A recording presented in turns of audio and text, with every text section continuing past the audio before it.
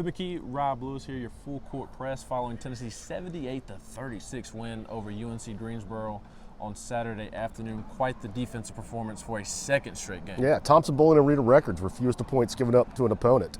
And like you mentioned, second straight game. I mean, Tennessee certainly didn't have it offensively the other night, but that's a pretty incredible stretch of defense over these last two games. And, you know, they're not a complete team by any means, but they've got a chance to be elite defensively. They do, and I kind of find some irony in the fact that Rick made some adjustments over the offseason to maybe go a little more offensive this year, but you're starting to get into the thick of the season, and it looks like this team's going to have to hang its hat on the defensive end. Well, I mean, he did, I think, emphasize some different things offensively, but he's never de-emphasized anything defensively. Right. I mean, that's always, I mean, that's kind of what he determines kids' minutes. I mean, what they're getting done on that end of the floor.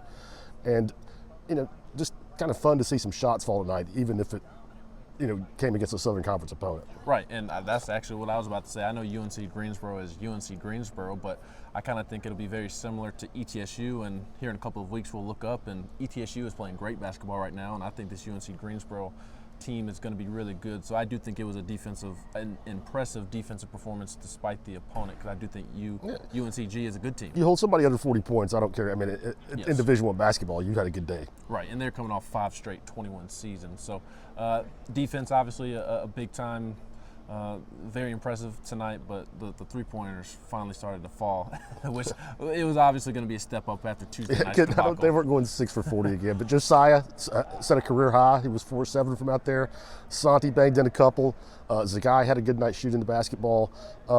So yeah, I mean that's how college basketball is. I mean you're going to have ebbs and flows with 3-point shots falling. Now Tuesday was an extreme example of the ebbs, but that's why it's so important to bring the defense every night, which is like what Rick preaches. Right, and what I'm interested to see is, does the defense show up on Tuesday night when they play another so-so opponent in USC Upstate? Can they carry over the intensity and not get too comfortable because they did it tonight? Yeah, I mean, I think one thing that really helps Rick in that is that there's real competition for minutes, especially in the backcourt. I mean, if somebody's slacking, I mean, you can get pulled in a heartbeat. He's got, 3 other options sitting on the bench that he can go with. Absolutely. One more thing before we get out of here. Brandon Huntley-Hatfield. Oh, thank God. Kind of a weird experience tonight. He finishes with 17 minutes, but didn't play a ton in the first half. Just kind of your thoughts on where he's at. I mean, right anybody's now. reading anything that I'm writing, I don't understand why Uroš Plavšić ever gets a minute over Brandon Huntley-Hatfield. And I mean, Uroš is a great kid, a great teammate, a hard worker.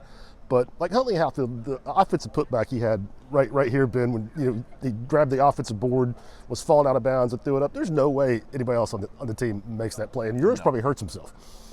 I mean, or passes it back. And then I know, I'm sure that Brandon probably had some defensive lapses that I didn't notice that Rick will harp on. But let him make those mistakes in a game like this, in a game like USC Upstate, so that maybe when you roll into Lexington or Gainesville or Baton Rouge, you can count on him. So, I mean, I can't stress enough how much I think he needs to play, especially Tennessee can't score in the post. Volquest had 2 points tonight.